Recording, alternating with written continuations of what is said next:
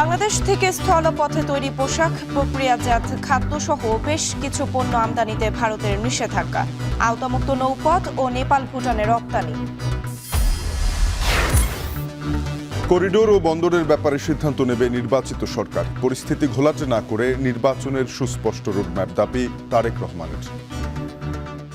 অন্তর্বর্তীকালীন সরকারের প্রতি আবারও আহ্বান জানিয়ে বলবো, পরিস্থিতি অযথা ঘোলাটে না করে জাতীয় নির্বাচনের সুস্পষ্ট তারিখ ঘোষণা করুন।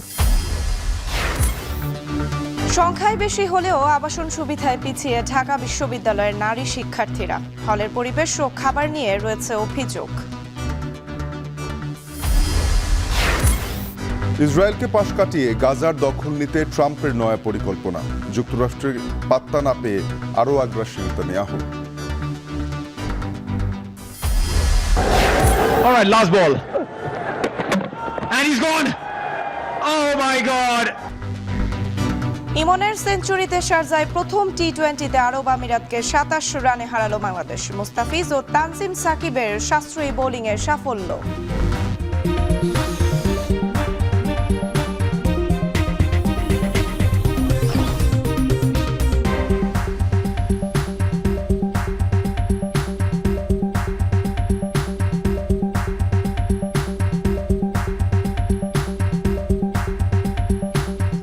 স্বাগত। এখন সকালে আপনাদের সঙ্গে আছি আমরা দুজন, আমি সুমাইয়া রাত্রি এবং আমি তানজিম শাফিন। স্থলবন্দর দিয়ে বাংলাদেশের তৈরি পোশাক ও কিছু প্রক্রিয়াজাত পণ্য আমদানির উপরে নিষেধাজ্ঞা দিয়েছে ভারত। কেবল নবসেবা ও কলকাতা সমুদ্র বন্দর দিয়ে বাংলাদেশের তৈরি পোশাক ভারতে প্রবেশের অনুমতি পাবে। এছাড়া আসাম, মেঘালয়, ত্রিপুরা, মিজোরাম সহ চ্যাংড়াবান্ধা ও ফুলবাড়ি শুল্ক স্টেশন দিয়ে প্লাস্টিকজাত পণ্য, কাঠের আসবাবপত্র, প্রক্রিয়াজাত পণ্য আমদানির ক্ষেত্রে নিষেধাজ্ঞা দেওয়া হয়েছে। তবে ভারতের মধ্য দিয়ে নেপাল, ভুটানের উদ্দেশ্যে পরিবহন করা বাংলাদেশি পণ্যের ক্ষেত্রে এই নিষেধাজ্ঞা প্রযোজ্য হবে না। শনিবার এই সংক্রান্ত একটি বিজ্ঞপ্তি জারি করে ভারতের বাণিজ্য মন্ত্রণালয়ের বৈদেশিক বাণিজ্য অধিদপ্তর। বিস্তারিত আরও জানাচ্ছেন তানভীর জনি। বাংলাদেশ থেকে তৈরি পোশাক ও বেশ কিছু প্রক্রিয়াজাত পণ্যে স্থলবন্দর দিয়ে আমদানির ক্ষেত্রে শনিবার নিষেধাজ্ঞা আরোপ করেছে ভারত। দেশটির বাণিজ্য মন্ত্রণালয়ের অধীন বৈদেশিক বাণিজ্য অধিদপ্তর এক বিজ্ঞপ্তিতে জানায়, এই নিষেধাজ্ঞা তাৎক্ষণিকভাবে কার্যকর হবে। তবে ভারতের ভূখণ্ড দিয়ে নেপাল ও ভুটানে পরিবহন করা বাংলাদেশি পণ্যের ক্ষেত্রে এই নিষেধাজ্ঞা প্রযোজ্য হবে না। ভারতের বাণিজ্য মন্ত্রণালয় আরও জানায়, আসাম, মেঘালয়, ত্রিপুরা, মিজোরাম এবং পশ্চিমবঙ্গের চ্যাংড়াবান্ধা ও ফুলবাড়ি শুল্ক স্টেশন দিয়ে প্লাস্টিকজাত পণ্য, কাঠের আসবাবপত্র, প্রক্রিয়াজাত খাদ্য, বিভিন্ন ফল, জুস ও কার্বনেটেড পানীয় এবং তুলা আমদানির উপরও নিষেধাজ্ঞা দেওয়া হয়েছে। তবে বাংলাদেশ থেকে মাছ, এলপিজি, ভোজ্য তেল ও চূর্ণ পাথর আমদানির উপর বন্দরের এই নিষেধাজ্ঞা কার্যকর হবে না।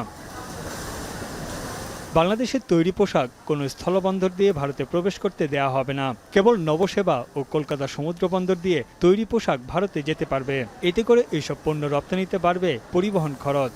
ভারতে বাংলাদেশের রপ্তানির 93%ই এসব স্থলবন্দর দিয়ে পরিবহন করা হতো, যার মধ্যে অন্যতম ছিল তৈরি পোশাক। প্রতি বছর প্রায় 74 কোটি মার্কিন ডলারের তৈরি পোশাক ভারতে রপ্তানি করে বাংলাদেশ। গেল 9 এপ্রিল মধ্যপ্রাচ্য, ইউরোপ, নেপাল ও ভুটান সহ বিশ্বের বিভিন্ন দেশে পণ্য রপ্তানির জন্য বাংলাদেশকে দেওয়া ট্রান্সশিপমেন্ট সুবিধা প্রত্যাহার করে নেয় ভারত। প্রায় 5 বছর ধরে চলা চুক্তিটি বাতিলের পর নতুন করে নিষেধাজ্ঞা দিল নয়াদিল্লি। ভারতীয় গণমাধ্যমের দাবি, সম্প্রতি চীন সফরে ভারতের উত্তর পূর্বাঞ্চলীয় রাজ্যগুলো 7 সিস্টার্স নিয়ে প্রধান উপদেষ্টা ডক্টর মোহাম্মদ ইউনূসের মন্তব্যের জেরে এই পদক্ষেপ নিয়েছে ভারত। এ নিয়ে তীব্র প্রতিক্রিয়া দেখায় ভারতের রাজনৈতিক নেতারা। এর আগে তৈরি পোশাকের ক্ষেত্রে বাংলাদেশের সুবিধা প্রত্যাহারে ভারত সরকারের কাছে দাবি জানিয়েছিলেন দেশটির ব্যবসায়ীরা। এদিকে ভারতের মূল ভূখণ্ডের সঙ্গে 7 সিস্টার্সকে যুক্ত করতে মেঘালয়ের শিলং থেকে আসামের শিলচর পর্যন্ত 4 লেনের নতুন মহাসড়ক তৈরির পরিকল্পনা নিয়েছে দিল্লি, যা শেষ হবে 2030 সালে। বাংলাদেশের উপর উত্তর পূর্বাঞ্চলীয় রাজ্যগুলোর নির্ভরশীলতা কমাতে এই প্রকল্প হাতে নিয়েছে দেশটির জাতীয় মহাসড়ক এবং অবকাঠামো উন্নয়ন কর্পোরেশন লিমিটেড। তানভীর জানি, এখন বিশ্ব। সংস্কারের নামে সুকৌশলে নির্বাচনের রোড ম্যাপ এড়িয়ে যাচ্ছে অন্তর্বর্তী সরকার, এমনটাই মন্তব্য করেছেন বিএনপির ভারপ্রাপ্ত চেয়ারম্যান তারেক রহমান। তিনি আরও বলেন, নির্বাচনের সুনির্দিষ্ট রোড ম্যাপ না থাকায় দেশে অস্থিরতা তৈরি হচ্ছে। শনিবার রাতে গুলশানে একটি হোটেলে জাতীয় গণতান্ত্রিক আন্দোলন এনডিএম এর ৮ম প্রতিষ্ঠা বার্ষিকী উপলক্ষে আয়োজিত অনুষ্ঠানে প্রধান অতিথি হিসেবে ভার্চুয়ালি যুক্ত হয়ে এসব কথা বলেন তারেক রহমান। অন্তর্বর্তী সরকারের সামর্থ্য নিয়েও জনমনে প্রশ্ন উঠছে বলেও মন্তব্য করেন বিএনপির ভারপ্রাপ্ত চেয়ারম্যান। সীমান্তে করিডোর কিংবা বন্দর ব্যবস্থাপনায় বিষয়ে নির্বাচিত সরকারের সিদ্ধান্ত দেওয়া উচিত বলেও মনে করেন তিনি। এছাড়া তারেক রহমান অভিযোগ করে বলেন, বিদেশি বিনিয়োগকারীদের আস্থা অর্জনে জাঁকজমকপূর্ণ আয়োজন করা হলেও কাঙ্ক্ষিত বিনিয়োগ আসেনি। পাশাপাশি দ্রুত নির্বাচনের রোডম্যাপ দিতে অন্তর্বর্তী সরকারের প্রতি আহ্বান জানান তিনি। এর আগে এনডিএম চেয়ারম্যান ববি হাজ্জাজ বলেন, তার দল সবসময় জনগণের পাশে থাকবে। অন্তর্বর্তীকালীন সরকারের চিন্তা এবং কর্ম পরিকল্পনা সম্পর্কে জনগণ অন্ধকারে থাকায় কিন্তু দেশের রাজনৈতিক অঙ্গনে হয়তোবা অস্থিরতা বাড়ছে। প্রায় বিভিন্ন দাবি দাওয়া নিয়ে আমরা দেখছি প্রতিদিন বিভিন্ন শ্রেণী পেশার মানুষ রাজপথে জড়ো হচ্ছেন। অন্তর্বর্তীকালীন সরকারের প্রতি আবারও আহ্বান জানিয়ে বলবো, পরিস্থিতি অযথা ঘোলাটে না করে জাতীয় নির্বাচনের সুস্পষ্ট তারিখ ঘোষণা করুন।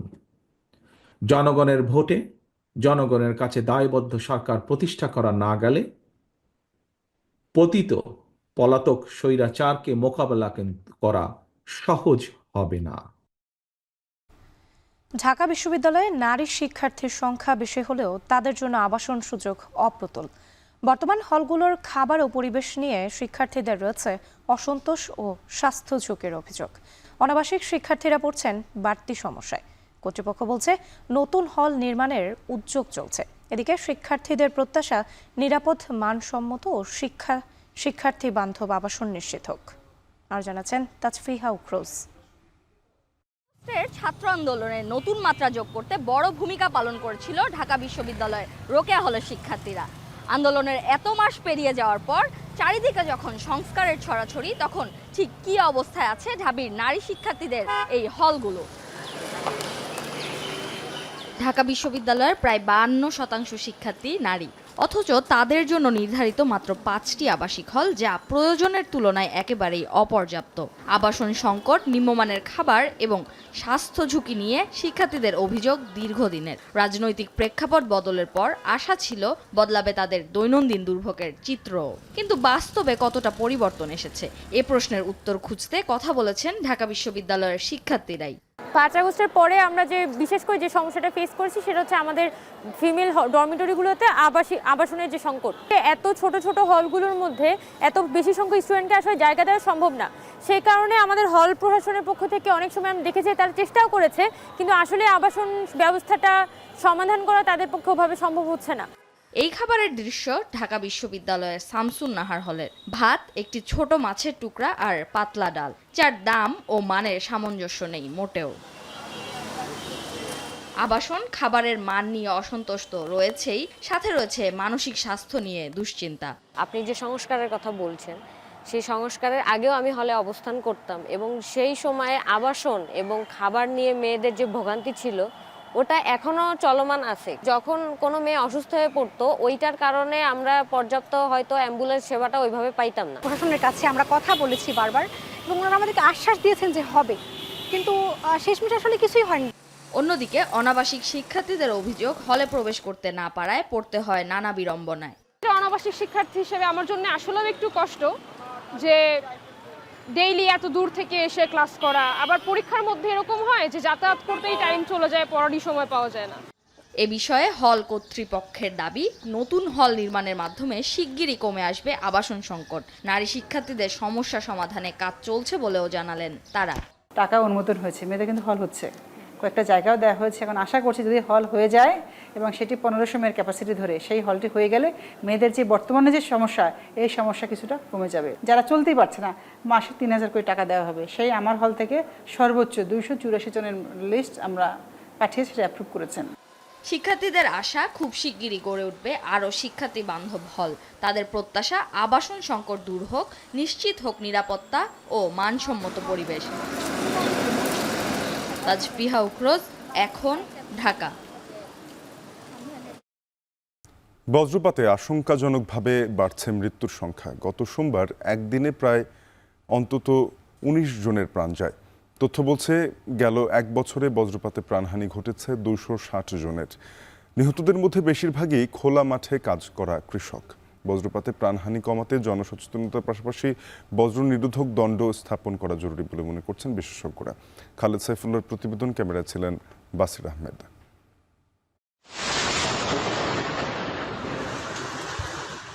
বজ্রপাতে মৃত্যুর সংখ্যা বিবেচনায় বিশ্বের অন্যতম ঝুঁকিতে বাংলাদেশ।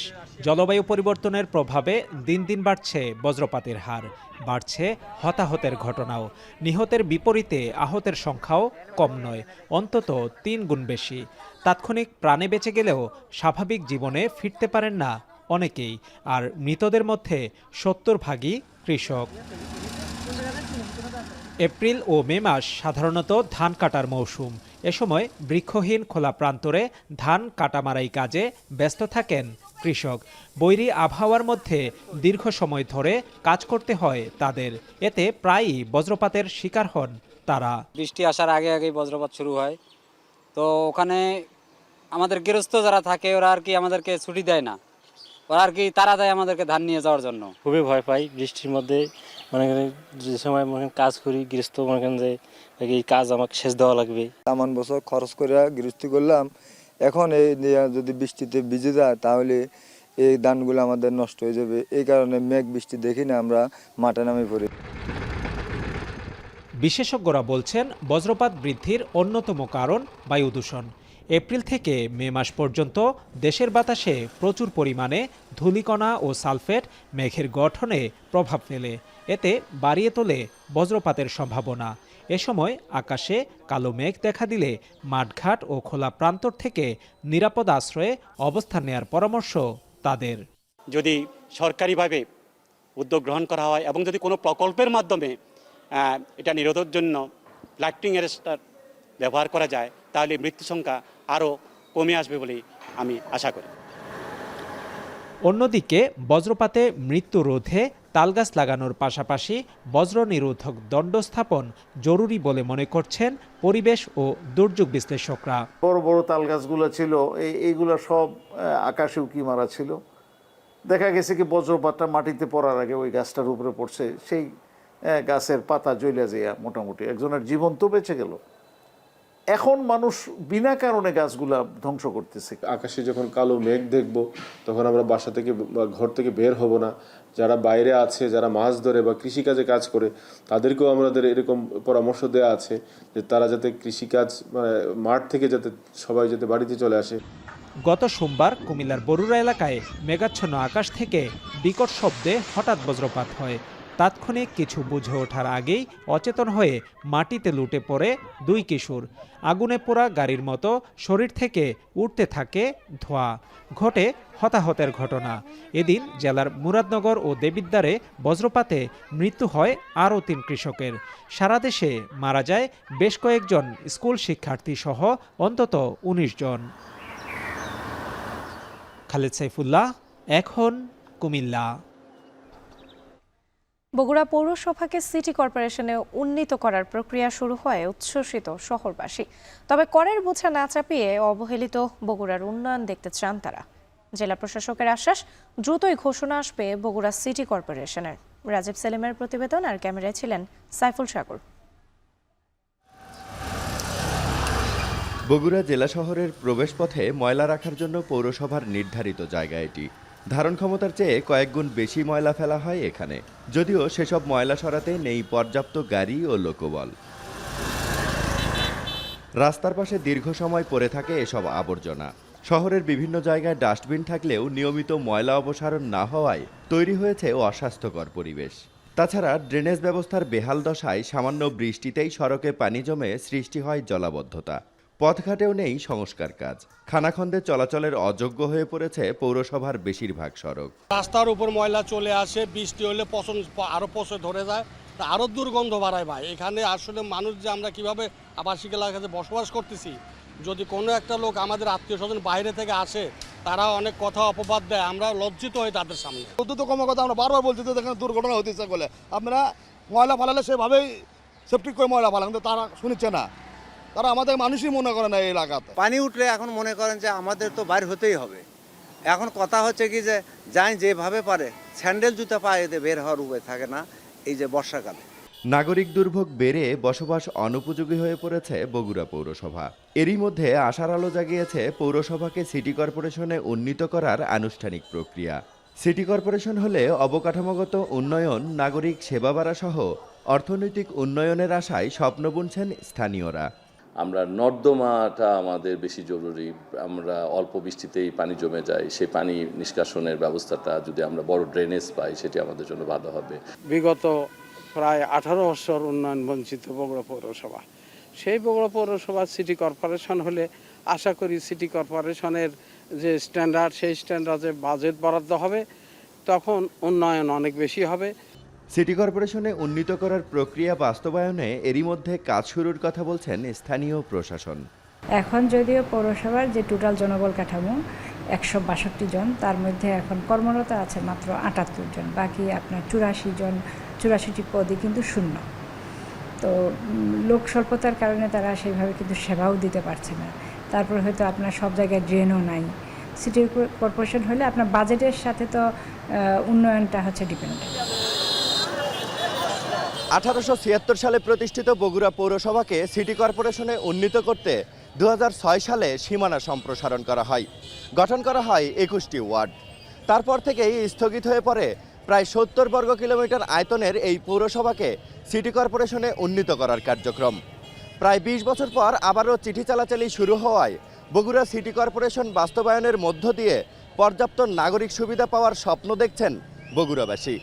রাজীব সেলিম, এখন বগুড়া। আবহাওয়া অনুকূলে থাকায় কুষ্টিয়ায় এবার বোরোর আবাদ বেশ ভালো হয়েছে। অন্য মৌসুমের তুলনায় বৈরী আবহাওয়া ও পোকার আক্রমণ না থাকায় উৎপাদন খরচ কমেছে। এছাড়া মৌসুমের শুরুতে ধানের আশানুরূপ দরও মিলছে। এ দর অব্যাহত থাকলে এবং মধ্যস্বত্বভোগীদের দৌরাত্ম্য নিয়ন্ত্রণ করা গেলে দেখা মিলবে কাঙ্ক্ষিত লাভের। কৃষি বিভাগ বলছে ফলন ভালো হওয়ায় চলতি মৌসুমে কুষ্টিয়ায় বোরো উৎপাদনের লক্ষ্যমাত্রা ছাড়াবে। মেজবাউদ্দিনের তথ্য ও আব্দুল আলিমের তোলা ছবিতে প্রতিবেদন। কুষ্টিয়ার মাঠ জুড়ে কৃষকের স্বপ্নের সোনালী ফসল।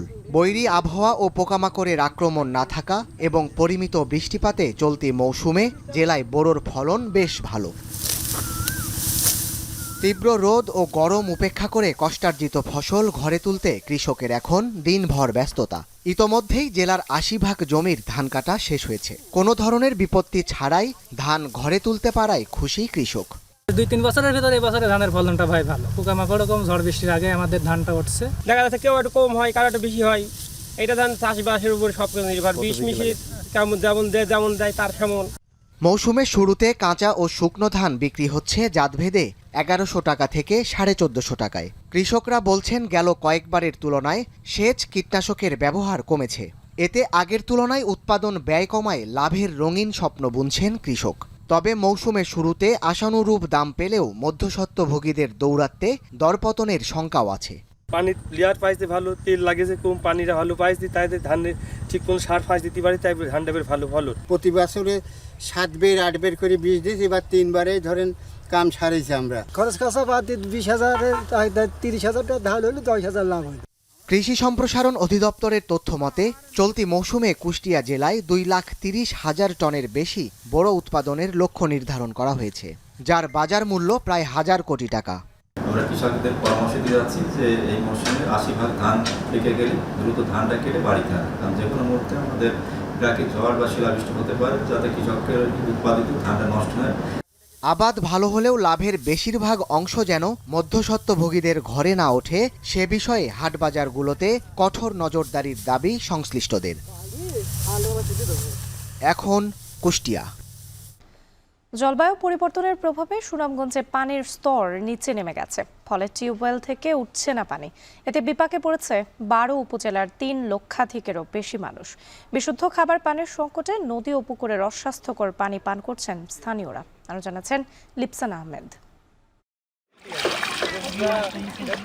জলবায়ু পরিবর্তন ও নদী নালা খালবিল ভরাট করায় নিচে নেমে গেছে ভূগর্ভস্থ পানির স্তর, ফলে অকেজো হয়ে যাচ্ছে টিউবওয়েল। আর এতে বিপাকে পড়েছেন জেলার বাসিন্দারা।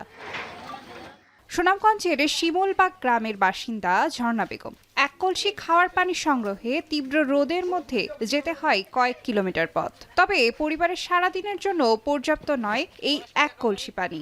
কোনো সময় টিউবওয়েলের পানিও খাই, না পাইলে কি তখন গাঙ্গার পানিও খাবাই খুব তাড়ারে, বাচ্চারা খাবাইলে অসুস্থ হয়ে যায়।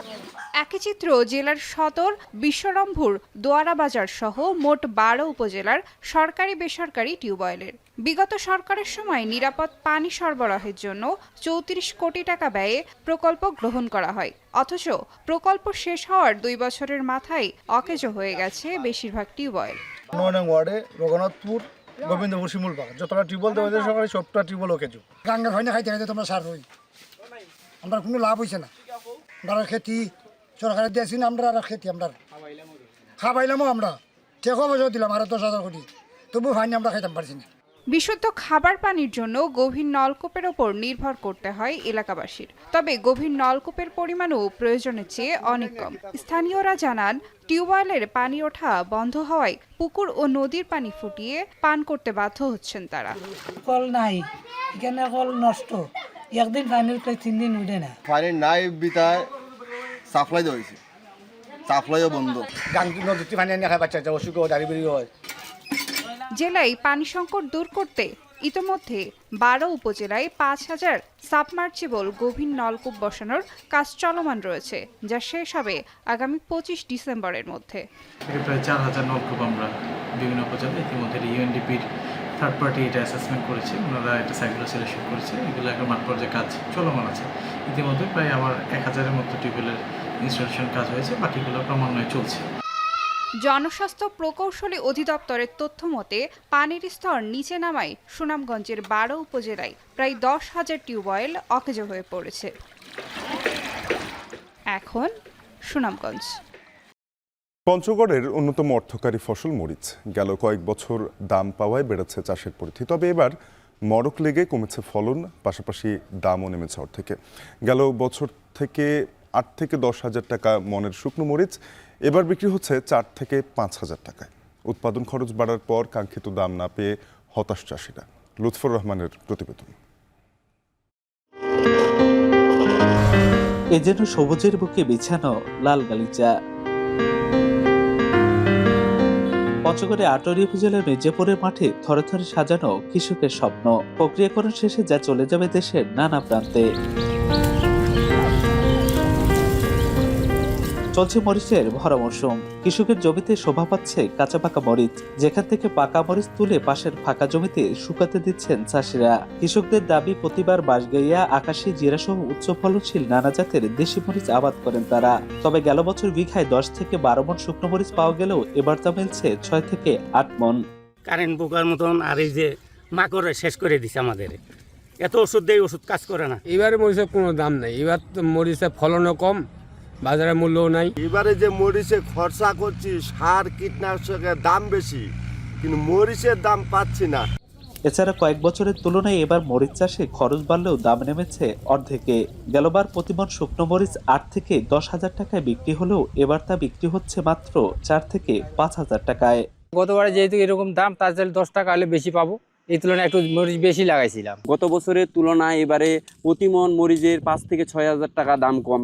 আজ দাম আছে 4,000, কাল আছে 5,000, ওদিন আছে 3,500, এরকম দাম হলে কৃষকের যান বাঁচে। প্রতিদিন জেলা থেকে 10 থেকে 15 ট্রাক শুকনো মরিচ পাঠানো হয় দেশের নানা প্রান্তে। ব্যবসায়ীরা জানান, বাজারে এখনো গত মৌসুমের মরিচ মজুদ থাকায় কমেছে দর।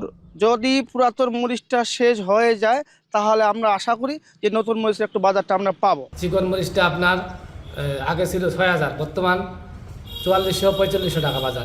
আগে কেবল খাবার জন্য করলেও এখন পঞ্চগড়ের কৃষকরা বাণিজ্যিকভাবে করছেন মরিচের আবাদ।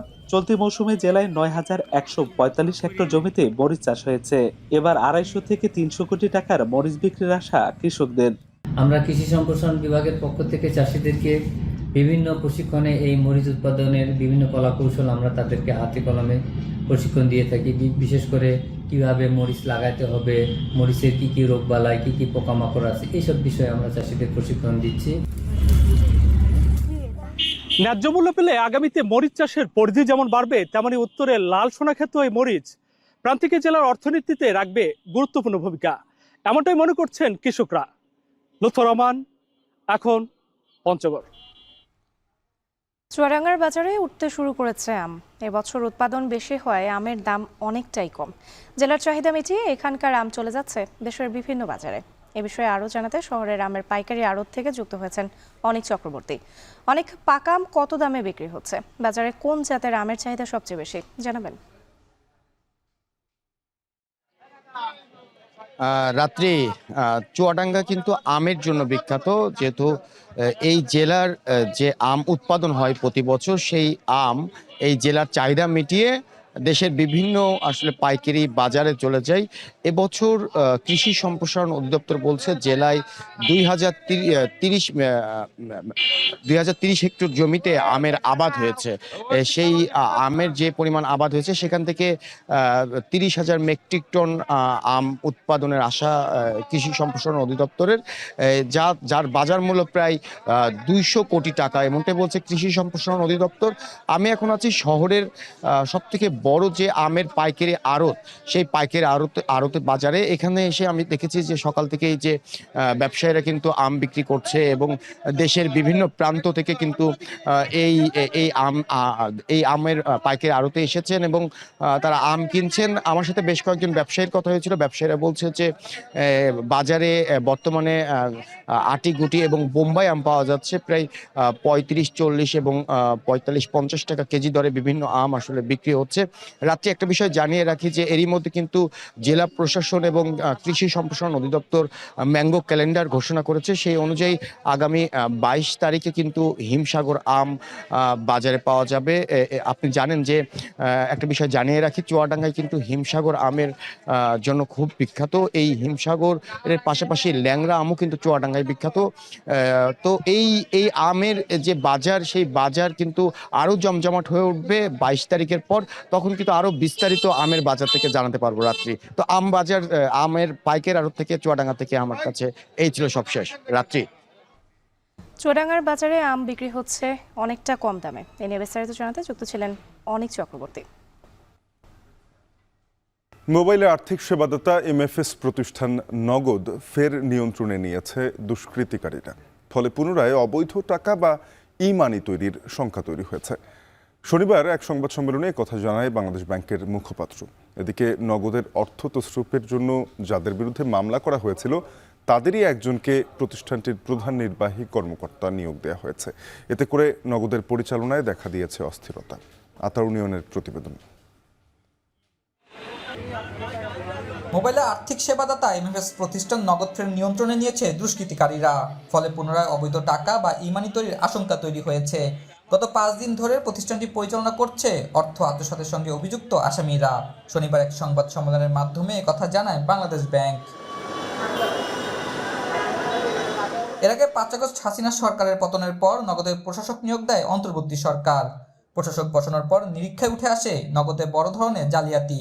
ভুয়া পরিবেশক ও এজেন্ট দেখিয়ে প্রতিষ্ঠানটিতে আর্থিক জালিয়াতি এবং অতিরিক্ত ইলেকট্রনিক অর্থ বা ইমানি তৈরি করা হয়। অতীত আওয়ামী লীগের আমলে নিয়মের বাইরে গিয়ে গ্রাহক বানানো ও সরকারি ভাতা বিতরণ সহ একচেটিয়া সুবিধা পায় নগদ। এই ঘটনায় সরকারের ডাক বিভাগের 8 জন সাবেক ও বর্তমান মহাপরিচালক, নগদের সাবেক চেয়ারম্যান ও সাবেক সিইও সহ 24 জনকে আসামি করে মামলা দেয় বাংলাদেশ ব্যাংক। তবে আদালতের রায়ের মাধ্যমে প্রতিষ্ঠানটির নিয়ন্ত্রণ হারিয়েছে কেন্দ্রীয় ব্যাংক ও ডাক বিভাগ। এই সুযোগে নতুন করে নগদের ব্যবস্থাপনা পরিচালক সহ অন্যান্য কর্মীদের বিভাগ পরিবর্তন করা শুরু করেছে দুষ্কৃতিকারীরা।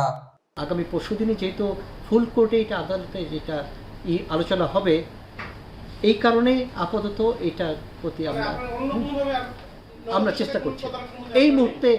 এবং আমরা আপনাদের সাথে বলি, আমরাও অত্যন্ত আশঙ্কিত যে এই 4-5 দিনের মধ্যেও একই ধরনের বা অভিনব কোনো জালিয়াতিও হয়ে গেলে সেটাকে হওয়ার যথেষ্ট আশঙ্কা রয়েছে। এদিকে নগদের অর্থ তছরূপের জন্য যাদের বিরুদ্ধে মামলা করেছিল বাংলাদেশ ব্যাংক, তাদের মধ্যে একজনকে প্রতিষ্ঠানটির সিইও হিসেবে নিয়োগ করা হয়েছে। এতে নগদ পরিচালনায় দেখা দিয়েছে অস্থিরতা। আমরা বলছি যে উনি একটি জালিয়াতি মামলার 4 নম্বর আসামি। আদালত তাকে পুলিশ তাকে গ্রেপ্তার করেনি, তাদের দৃষ্টি এখনও সে ফিউজিটিভ বা অ্যাবসকন্ডিং হিসাবে আছে। এইরূপ একজন ব্যক্তিকে এইরূপ সাইজের, এত বড় সাইজের একটা আর্থিক প্রতিষ্ঠানের কর্ণধারের দায়িত্ব পালন করার মতো নৈতিক যোগ্যতা রয়েছে। আমাদের প্রশাসক নিয়োগের পরে আইটি কিন্তু নতুন করে কোনো জালিয়াতির সুযোগ পায়নি বা প্রচেষ্টা চালায়নি। সুযোগ না পাওয়ার কারণেই প্রচেষ্টা চালায়নি, এটা আমরা বলবো। আমরা আইটির উপর যথেষ্ট নজরদারি রেখেছি, তবে আইটি সিস্টেমটা কিছুটা হলেও ভালনারেবল। এটাকে এখনই যদি সিকিউর করা আবশ্যক জনস্বার্থে। আগামী 19 মে বিষয়টি সম্পর্কে আদালতে শুনানি রয়েছে। তারপরেই নগদের পরবর্তী করণীয় ও নিয়ন্ত্রণ সম্পর্কে স্পষ্ট জানা যাবে। আতাউর নিয়ন, এখন, ঢাকা। এবার দেশের বাইরের প্রসঙ্গ। মার্কিন প্রেসিডেন্ট ডোনাল্ড ট্রাম্পের মধ্যপ্রাচ্য সফরে বাণিজ্যের আড়ালে ঢাকা পড়েছে গাজা যুদ্ধবিরতি। তার এই সফরে গাজা উপত্যকায় শান্তি চুক্তি প্রাধান্য পাওয়ার কথা থাকলেও এ বিষয়ে নেই কোনো সাড়া শব্দ। উল্টো মধ্যপ্রাচ্য সফর শেষে গাজাকে নিয়ন্ত্রণে নেওয়ার ঘোষণা দিলেন ট্রাম্প। এদিকে ট্রাম্পের সঙ্গে সম্পর্কের টানাপোড়েনে গাজায় আরও আগ্রাসী হচ্ছেন ইসরায়েলি প্রধানমন্ত্রী বেনিয়ামিন নেতানিয়াহু। আর জানাচ্ছেন জাহানারা ভুইয়া। গাজায় যুদ্ধবিরতি কার্যকরের উদ্দেশ্যে গেল সপ্তাহে মধ্যপ্রাচ্য সফর করেছেন মার্কিন প্রেসিডেন্ট ডোনাল্ড ট্রাম্প। 3 ধনী দেশ সৌদি আরব, কাতার ও সংযুক্ত আরব আমিরাত থেকে ফিরেছেন $2 ট্রিলিয়ন বিনিয়োগ নিয়ে। তবে ঐতিহাসিক এ সফরে গাজা যুদ্ধবিরতি ইস্যুতে কোনো ধরনের অগ্রগতি দেখা যায়নি। এমনকি ট্রাম্পের মধ্যপ্রাচ্য সফর নিয়ে পশ্চিমা সংবাদ মাধ্যমগুলোতেও কেবল যুক্তরাষ্ট্রের বাণিজ্যিক বিষয়টি গুরুত্ব পায়। আড়ালে পড়ে যায় গাজা যুদ্ধবিরতি আলোচনার খবর। আসলে গাজা ইস্যুতে সৌদি যুবরাজ মোহাম্মদ বিন সালমান, কাতারের আমির Tamim bin Hamad Al Thani ও সংযুক্ত আরব আমিরাতের president Sheikh Mohammed bin Zayed Al নাহিয়ানের সঙ্গে ট্রাম্প কি আলোচনা করেছেন সে বিষয়ে কিছু জানা যায়নি। আদৌ এই বিষয়ে আলোচনা হয়েছে কিনা তাও অস্পষ্ট। মধ্যপ্রাচ্য সফরের শেষ দিনে গাজা নিয়ে ট্রাম্প আবারও তার আগের ঢঙে কথা বলেছেন। গাজাকে যুক্তরাষ্ট্রের নিয়ন্ত্রণে রেখে একটি স্বাধীন অঞ্চল গড়ে তুলতে চান ট্রাম্প, যেখানে মার্কিন রিয়েল এস্টেট কোম্পানিগুলো গড়ে তুলবে অট্টালিকার সারি। আর ট্রাম্পের এই স্বপ্ন পূরণে লাখ লাখ ফিলিস্তিনিকে গাজা ছেড়ে এবার লিবিয়ায় চলে যেতে বলছেন ট্রাম্প। এছাড়া গাজার ক্ষুধার্ত ফিলিস্তিনিদের খাবার দেওয়ার দায়িত্ব নিতে চান তিনি। I have concepts for Gaza that I think are very good. Make it a freedom zone. Let the United States get involved and make it just a freedom zone. Have a real freedom zone. Because it seems that Gaza, every time, every 10 years it happens and more than that, it really happens all throughout. They've never solved the Gaza problem. মধ্যপ্রাচ্য সফরে ট্রাম্পের ইসরায়েলকে bypass করার বিষয়টি নতুন আলোচনা তৈরি করেছে। হঠাৎ কেন বন্ধু নেতানিয়াহুকে পাত্তা দিচ্ছেন না ট্রাম্প? তাকে ছাড়াই হামাসের সঙ্গে সরাসরি যোগাযোগ করে মার্কিন বন্দীকে হামাসের জিম্মি থেকে মুক্ত করলেন তিনি। এছাড়া ইয়েমেনের হুথিদের ওপর হামলা বন্ধের বিষয়টিও নেতানিয়াহুকে অবগত করেনি হোয়াইট হাউস। সিরিয়ার ওপর নিষেধাজ্ঞা তুলে নেওয়ার বিষয়েও নেতানিয়াহুকে কিছুই জানায়নি ট্রাম্প। তাই ট্রাম্পের মধ্যপ্রাচ্য সফর ও ইসরায়েলের সঙ্গে তার সম্পর্কের টানাপোড়েন নিয়ে চলছে চুলচেরা বিশ্লেষণ। প্রশ্ন দেখা দিয়েছে, নেতানিয়াহুকে মূলা ঝুলিয়ে যুক্তরাষ্ট্র কি একাই গাজার নিয়ন্ত্রণ নিতে চান, নাকি এর পেছনেও রয়েছে ট্রাম্পের ভিন্ন কোনো উদ্দেশ্য? সিএনএন বলছে, ট্রাম্পের ওপর ক্ষোভ ঝাড়তে তার মধ্যপ্রাচ্য সফরের শেষ দিন থেকে গাজায় আরও আগ্রাসী হয়ে উঠেছে ইসরায়েল। বাড়িয়েছে হামলার তীব্রতা। স্থল অভিযানের জন্য উপত্যকাটিতে অধিক সংখ্যক ট্যাঙ্ক ও সমরাস্ত্র নিয়ে হাজির হয়েছে আইডিএফ। হত্যা করছে শত শত ফিলিস্তিনিকে। অভিযান আরও কঠোর করার হুঁশিয়ারি দিয়েছে তেল আবিব। গাজা নিয়ে অনেকটা কাড়াকাড়ি শুরু করেছে যুক্তরাষ্ট্র ও ইসরায়েল, আর তা দেখেও চুপ আরব বিশ্বের প্রভাবশালী সব নেতারা। উল্টো মার্কিন প্রেসিডেন্টের সঙ্গে সুসম্পর্ক তৈরি করছেন তারা। জাহানারা ভুইয়া, এখন, বিশ্ব। বার্ড ফ্লুর হানায় চীনসহ বিভিন্ন দেশের সাময়িক বাণিজ্য নিষেধাজ্ঞার কবলে পড়ল বিশ্বের শীর্ষ মুরগি রপ্তানিকারক দেশ ব্রাজিল। প্রাদুর্ভাব নিয়ন্ত্রণে সর্বোচ্চ সতর্কতা ও তৎপরতার দাবি ব্রাজিলের কৃষি মন্ত্রণালয়ের। হাঁস মুরগির মাংস বা ডিম খাওয়ার মাধ্যমে এই রোগ ছড়ায় না বলে দাবি দেশটির কৃষিমন্ত্রীর। বার্ড ফ্লুর প্রাদুর্ভাবে ব্রাজিলের পোলট্রি শিল্প সংকটের মুখোমুখি বলে মনে করছেন বিশ্লেষকরা। বিস্তারিত থাকছে তৌহিদুর রহমানের প্রতিবেদনে। পোলট্রি খামারের পাশেই মাটি খনন করে গর্তে রাখা হচ্ছে ডিমের ট্রে সহ মুরগি লালন পালনকারী সরঞ্জাম। আগুনে পুড়িয়ে দেয়া হচ্ছে মাটি চাপা। দৃশ্যটি বিশ্বের সবচেয়ে বড় মুরগির মাংস রপ্তানিকারক দেশ ব্রাজিলের। শুক্রবার দেশটির দক্ষিণাঞ্চলীয় রাজ্য রিও গ্রান্ডে দো সুলের মন্টিনিগ্রো শহরের একটি বাণিজ্যিক ফার্মে বার্ড ফ্লুর প্রাদুর্ভাব ধরা পড়ার পর তা নিয়ন্ত্রণে তৎপরতা শুরু করে কৃষি মন্ত্রণালয়। ব্রাজিলের পোল্ট্রি উৎপাদন এবং রপ্তানির 15% হয় এই রাজ্য থেকে। তাই সর্বোচ্চ গুরুত্ব দিয়ে প্রাদুর্ভাব কবলিত এলাকায় আইসোলেশন কার্যক্রম শুরু করেছে পশু চিকিৎসকরা। 10 কিলোমিটার অঞ্চল জুড়ে চলছে রোগ নির্ণয় কাজ। প্রোটোকল অনুযায়ী চলছে আক্রান্ত মুরগি নিধন প্রক্রিয়া।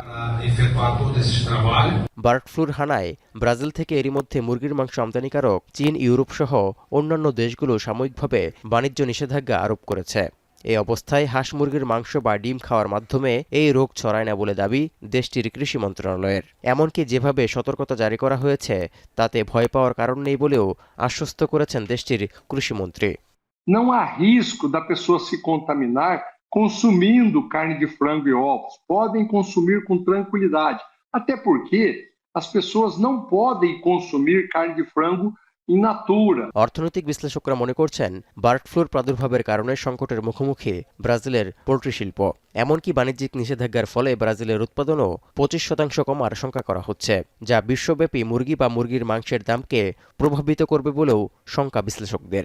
Bloqueio das exportações brasileiras por conta da gripe aviária deverá fazer o preço ficar mundialmente mais caro. Por quê? Porque nós já tínhamos um problema por conta da gripe aviária nos Estados Unidos, que levou a um abate bastante grande da produção americana, com o preço do produto. 2024 সালে Brazil $10 billion মুরগির মাংস রপ্তানি করেছে, যা বৈশ্বিক মুরগির মাংস বাণিজ্যের 35%। এই রপ্তানির বড় অংশ এসেছে প্রক্রিয়াজাতকরণ প্রতিষ্ঠান বিআরএফ এবং কেবিএস এর কাছ থেকে। প্রতিষ্ঠান দুটি বিশ্বের 150টি দেশে মুরগির মাংস রপ্তানি করে। তৌহিদুর রহমান, এখন বিশ্ব। বার্ষিক খরচ কমাতে জাপানে অবস্থিত 2টি গাড়ি সংযোজন কারখানা বন্ধ করে দেওয়ার ঘোষণা দিয়েছে দেশটির বহুজাতিক গাড়ি নির্মাতা প্রতিষ্ঠান নিসান। চলতি বছরের শেষ প্রান্তিকে মোট জনবলের 15% কমানোর পরিকল্পনা আছে জাপানের তৃতীয় বৃহত্তম গাড়ি নির্মাতা এই প্রতিষ্ঠানটির। এতদিন জাপানের বিভিন্ন শহরে মোট 5টি গাড়ি সংযোজন কারখানা ছিল নিসানের, যা এখন কমিয়ে 3টিতে সীমাবদ্ধ করা হয়েছে।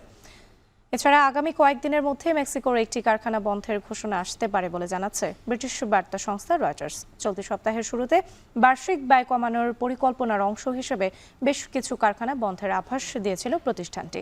জাপান, মেক্সিকো ছাড়াও বিশ্বের আরও কয়েকটি দেশে অবস্থিত কারখানা থেকে উৎপাদন বন্ধ করে দেওয়ার সিদ্ধান্ত নিয়েছে নিসান। এই তালিকায় আছে আর্জেন্টিনা ও ভারত। রয়টার্স আরও বলছে, সব মিলিয়ে কারখানার সংখ্যা 17 থেকে কমিয়ে 10-এ নিয়ে আসবে নিসান। এতে করে বিশ্বজুড়ে চাকরি হারাবেন অন্তত 10,000 কর্মী।